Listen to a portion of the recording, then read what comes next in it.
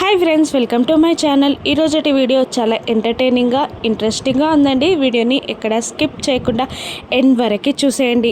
ఛానల్ని సబ్స్క్రైబ్ చేసుకొని మీ సపోర్ట్ని నాకు తెలియజేయండి. ఇక బాగి భయపడుతూనే అమర్ కాళ్ళకి దండం పెడుతుండగా అదే టైంలో గాలి బాగా వీచి అమర్కి తగలడంతో అమర్ చేతిలో ఉన్న అక్షంతలు బాగి తలపై పడతాయి.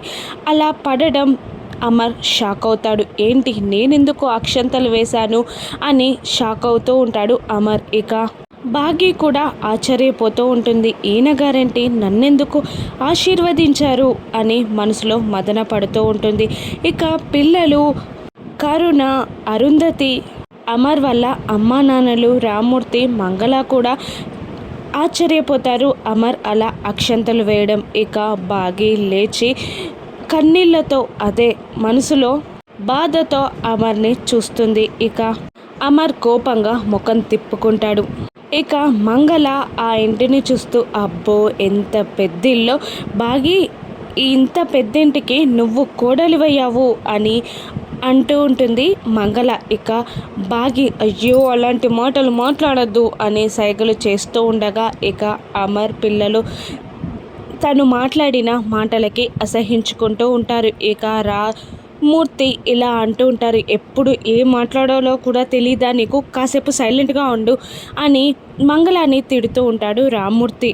ఇక బాగి పిల్లలకి హారతి ఇస్తుంది. పిల్లలు హారతిని తీసుకోపోవడంతో పెద్ద ఆయన ఇలా అంటూ ఉంటారు, తీసుకోండి పిల్లలు, దేవుడి హారతిని అలా వద్దనకూడదు అని అంటుండగా పిల్లలు ముఖం తిప్పుకోవడంతో బాగియే స్వయంగా వాళ్ళకి హారతిస్తుంది. లీలా చేతికి హారతి ప్లేట్ను అందిస్తుంది. ఇక అమర్ వెళ్తుండగా ఇలా అంటూ ఉంటాడు అమర్ వాళ్ళ నాన్నగారు బాగిని, వెళ్ళమ్మా నువ్వు కూడా అమర్ రూమ్లోకి వెళ్ళు, ఇక్కడ నుండి నువ్వు అక్కడే ఉండాలి, రాతో బాగి అదే మిస్సమ్మ లగేజ్ అంతా అమర్ రూమ్లో పెట్టించు అని అనేస్తాడు ఆ పెద్ద ఆయన. ఇక నానా అని గట్టిగా అరుస్తాడు అమర్. ఇక అది అర్థం చేసుకొని బాగి ఇలా అంటూ ఉంటుంది, అంకుల్ ఇంట్లోనే ఉండాలా, అక్కడ బయట చాలా చల్లగా ఉంది, ఇంట్లో చాలా హాట్గా ఉంది వెదర్, బయట అయితే చాలా కూల్గా ఉంటుంది అని పైకి అంటూ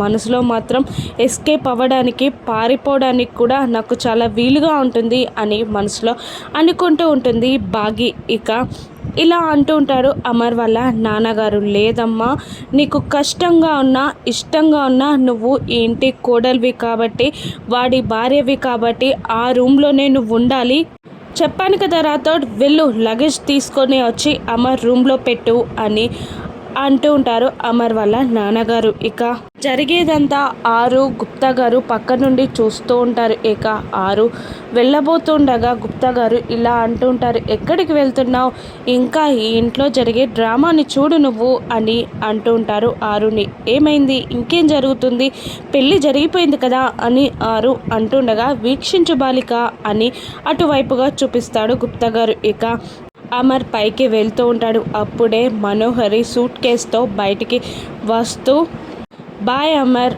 ఆంటీ ఆరోగ్యం జాగ్రత్త, అంకుల్ జాగ్రత్త, నేను వెళ్తున్నాను అని అంటూ బ్రీఫ్ కేస్ అదే తన బ్యాగ్ని తీసుకొని బయటికి వెళ్ళిపోతూ ఉంటుంది. ఇక బాగి వెళ్ళు అన్నట్టు ముఖం తిప్పుతుంది. కరుణ కూడా అదే ఫీలింగ్ ఇస్తుంది. ఇక ఇదంతా చూస్తున్న మంగళ, ఈ మనోహరి ఏంటి మరొకరిని బాధ పెట్టే రకమే తప్ప బాధపడే రకం కాదు కదా, మళ్ళీ ఏదో ప్లాన్ చేసినట్టుంది అని మంగళ మనసులో అనుకుంటూ ఉంటుంది. ఇక బాగి బ్రీఫ్ కేస్ లోపలికి రావడం, మనోహరి బ్రీఫ్ కేస్ బయటికి వెళ్ళడం ఒకేసారి జరుగుతూ ఉంటుంది.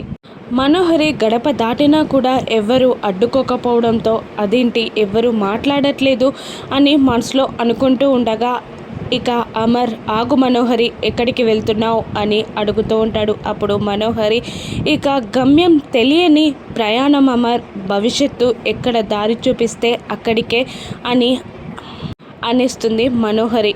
నువ్వు వెళ్ళాల్సిన అవసరం లేదు, ఎక్కడికి వెళ్తావు అని అమర్ అంటూ ఉంటాడు. ఇక ఎందుకు ఉండాలి అమర్ నేను ఇక్కడ, నువ్వు నా భర్తవి కాదు, ఇది నా కుటుంబం కాదు, నేను ఇక్కడ ఎందుకు ఉండాలి అని మనోహరి క్వశ్చన్ చేస్తూ ఉంటుంది. ఇక అమర్ కూడా కోపంగా చూస్తూ ఉంటాడు బాగీని. ఇంకా మనోహరి ఇలా అంటూ ఉంటుంది, నేను నా కుటుంబం 6 కుటుంబం నాకు దొరుకుతుంది అనుకున్నానే, కానీ నేను అనాథని, అలాగే మిగిలిపోవాల్సి వస్తుందని, నా జీవితంలో కుటుంబం పిల్లలు లేరన్న ముచ్చట నాకు ఇప్పుడే అర్థమైంది అని మనోహరి అంటూ ఉంటుంది. ఇక అమర్, ఇది నా కుటుంబం అన్నావు కదా, 6 కుటుంబం నీ కుటుంబం కాదా అని అమర్ అడుగుతుండగా, ఇంకెక్కడి 6 ఎక్కడుంది, ఇప్పుడు కొత్త బంధాలు మొదలయ్యాయి, మెల్లిమెల్లిగా ఆ మాట కూడా వినబడకుండా పోతుంది అని బాగీని చూస్తూ అంటూ ఉంటుంది మనోహరి. ఇక అమర్ కూడా ముఖం తిప్పుకుంటాడు,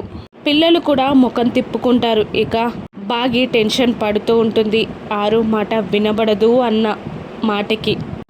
అమర్ ఇలా అంటూ ఉంటాడు, నువ్వు వెళ్ళాల్సిన అవసరం లేదు, ఇంట్లో వాళ్ళని మోసం చేసిన వాళ్ళే ఇంట్లోకి వస్తున్నప్పుడు, అవకాశవాదులు ఇంట్లో ఉంటున్నప్పుడు నువ్వు వెళ్ళాల్సిన అవసరం ఏంటి, నువ్వు ఇక్కడే ఉండొచ్చు అని అమర్ మనోహరిని అంటూ ఉంటాడు. ఇక బాగి అమర్ తననే అంటున్నాడని అర్థం చేసుకొని కోపంగా అమర్ని చూస్తూ కరుణ జుట్టు పట్టుకొని లాగి, చూసావా ఇంత ఇండైరెక్ట్గా నన్నే అంటున్నాడో అని అంటూ ఉంటుంది. ఇండైరెక్ట్గా ఏంటే పిచ్చిదాన, డైరెక్ట్గానే అన్నాడు అని అనేస్తుంది కరుణ. ఇక మనోహరి మళ్ళీ నిర్మలమ్మ గారిని ఇలా అంటూ ఉంటుంది, నన్ను ఇంతలా ఎందుకు ఇబ్బంది పెడుతున్నారంటే, ఇక్కడ నేను ఉండడం కొందరికి ఇష్టం లేదు, నా వల్ల కొందరికి ఇబ్బందులు ఏర్పడతాయి, అటువంటప్పుడు నేను వెళ్ళిపోవడమే మేలు అని మనోహరి అంటూ ఉండగా, ఇక వెంటనే కరుణ, ఆయన గారు ఒక్కరే నిన్ను ఇక్కడ ఉండమన్నారు,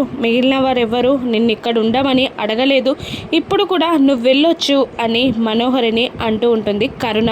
ఇక కోపంగా చూస్తూ ఉంటుంది మనోహరి కరుణని. ఇక నిర్మలమ్మ గారు మనోహరిని పట్టించుకోకుండా బాగీని ఇలా అంటూ ఉంటుంది, వెళ్ళమ్మ రూమ్లోకి వెళ్ళి ఫ్రెష్ అవ్వు అని అంటుండగా, పిల్లలతో మాట్లాడి వెళ్తానత్తయ్య అని అంటూ పిల్లల దగ్గరికి వెళ్ళి, పిల్లలు అని అనగానే మిస్సమ్మని చూస్తూ ముఖం తిప్పుకొని మిస్సమ్మతో మాట్లాడకుండా పిల్లలు గబగబా పైకి వెళ్ళిపోతారు. ఇక పిల్లలు కోపంగా రూమ్లో ఉండగా ఇక బాగి అక్కడికి వస్తుంది. అప్పుడు ఇలా అంటుంటారు ఒకరు పిల్లల్లో, అక్క ఈరోజు ఇంట్లో దుమ్ము, పాత వస్తువులు అన్నీ బాగా పేరుకుపోయాయి, మన రూమ్ని మనమే క్లీన్ చేసుకుందాం, ఇక చెత్త వస్తువులని రూమ్లో ఉండనివ్వకూడదు, ఇక బయట పారేయాలి అని అంటూ ఉంటాడు ఆ బాబు. ఇక మిస్సమ్మ డోర్ని కొడుతూ ఉంటుంది. ఇక లోపలికి రావచ్చా పిల్లలు అని అడుగుతుండగా ఎవరు సమాధానం ఇవ్వకపోవడంతో లోపలికి వస్తుంది మిస్సమ్మ. ఇక అంజు ఇలా అంటూ ఉంటుంది, ఎందుకు రావాలి, మాతో మాట్లాడిన అవసరం లేదు, ఇంకా మమ్మల్ని మోసం చేయడానికా అని అంటూ ఉంటుంది అంజు. ఇక అమ్ము ఇలా అంటూ ఉంటుంది, పర్మిషన్ లేకుండా ఇంట్లోకి అదే రూమ్లోకి రావడం తప్పని తెలీదా, పర్మిషన్ లేకుండా రూమ్లోకి వస్తే ఇంకేమనాలి, ఇంకేం చేయాలి అని అంటూ ఉంటుంది అమ్ము. ఇక అరుణేమో ఇలా అంటూ ఉంటాడు, ఇంట్లో చెత్తని రూమ్లో డస్ట్ని మొత్తం క్లీన్ చేసి బయట పారేయాలి, ఇకెప్పుడు మాట్లాడకూడదు అని అంటుండగా పిల్లలు, అది కాదు, ఒక్కసారి నాతో మాట్లాడండి, నాకు మాట్లాడే అవకాశం ఇవ్వండి అని అంటుండగా, ఇక ఇంట్లో రూమ్లో మనకి ప్రైవసీ కూడా లేదన్నమాట, ఇక ప్రైవసీ కూడా ఉండదన్నమాట అని పిల్లలు అంటుంటారు. అది కాదు పిల్లలు, ఒక్కసారి నాతో మాట్లాడండి, నేను చెప్పేది వినండి అని మిస్సమ్మ బ్రతిమిలాడుతున్నా కూడా అంజు, ఏంటక్క ఇది, ఈ సౌండ్ వినడానికి చాలా ఇరిటేటింగ్గా ఉంది అని అంటూ ఉంటుంది.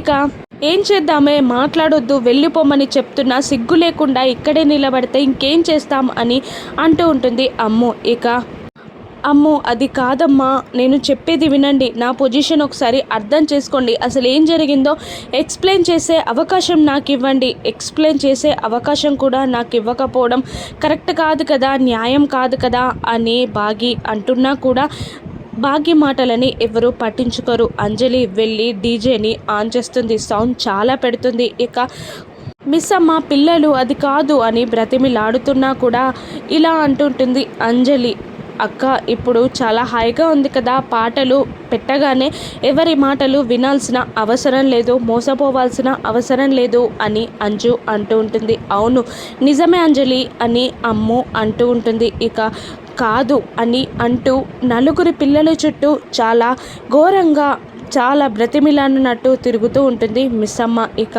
ఆఖరిన అమ్ము ఇలా అంటూ ఉంటుంది, నువ్వు వెళ్ళిపో అని అంటూ ఉండగా ఇక మిస్సమ్మ, నువ్వు పెద్దదానివి అమ్ము, నువ్వైనా నన్ను అర్థం చేసుకో, నువ్వు కూడా ఇలా మాట్లాడితే ఎలా అమ్ము అని అంటూ ఉంటుంది మిస్సమ్మ. ఇక అందుకే మమ్మల్ని ఇలా మోసం చేసావా అని అడుగుతూ ఉండగా, మీకు నాపై కోపం ఉందని నాకు అర్థమవుతుంది, కానీ నేను చెప్పేది ఒక్కసారి వినండి అని మిస్సమ్మ బ్రతిమిలాడుతూ ఉంటుంది. కానీ పిల్లలు వినరు. ఇక అంజును ఇలా అంటుంటుంది మిస్సమ్మ, నీకు నాకు చాలా డిఫరెన్సెస్ ఉన్నాయి, కానీ నువ్వు నన్ను ఎప్పుడూ అర్థం చేసుకున్నావు, ఒక్కసారి నా మాట విను అంజు అని బ్రతిమిలాడుతుంది మిస్సమ్మ. ఇక అంజు ఆఖరిన చి వెళ్ళిపో, మా రూమ్లో నుండి వెళ్ళిపో అని కసురుతూ ఉంటుంది. అది కాదమ్మా అని అంటుంది మిస్సమ్మ. మిస్సమ్మ కళ్ళ వెంబడి నీళ్లు వస్తూ ఉంటాయి. ఇక పిల్లలు నలుగురు కలిసి మిస్సమ్మని వాళ్ళ రూమ్లో నుండి బయటికి గెంటేస్తారు. మిస్సమ్మ బాధపడుతూ ఉంటుంది, ఏడుస్తూ ఉంటుంది. ఇక కింద గుప్తా గారు ఆనందంగా పాటలు పాడుకుంటూ ఉంటారు. ఇక అది చూసి ఆరు అసూయ పడుతూ ఉంటుంది. ఏంటి గుప్తా గారు మెల్లిగా, లేదంటే కింద పడి మూతి పళ్ళు రాలగొట్టుకోగలరు అని అంటూ ఉంటుంది ఆరు. ఇక కిందికి దిగి, అబ్బా ఇది చూడడానికే కదా నేను నిన్ను ఇక్కడ ఉంచింది, నాకు చాలా ఆనందంగా ఉంది నిన్ను చూస్తుంటే, నీ అసూయను చూస్తుంటే అని అంటూ ఉంటారు గుప్తా గారు. మనం పైకి వెళ్దాం, లేట్ అవుతుంది, మీకు అర్థం కావట్లేదా, మీ యమధర్మరాజు గారు ఇంతసేపు ఈ పిల్లని అక్కడ ఎందుకు ఉంచావు, దశదిన కర్మ అయ్యాక ఎందుకు ఇక్కడికి తీసుకురాలేదు అని అడిగితే ఎవరు బాధ్యత వహిస్తారు, పదండి వెళ్దాం అని అంటూ ఉంటుంది ఆరు. ఇక లేదు, అలా ఎలా వెళ్తాం, ఈ అసూయని చూడకూడదా, ఈరోజు మీ ఆయనకి తొలిరేయి అని అనగానే నాకు ఏమీ వినబడట్లేదు, నేను వినదలుచుకోలేదు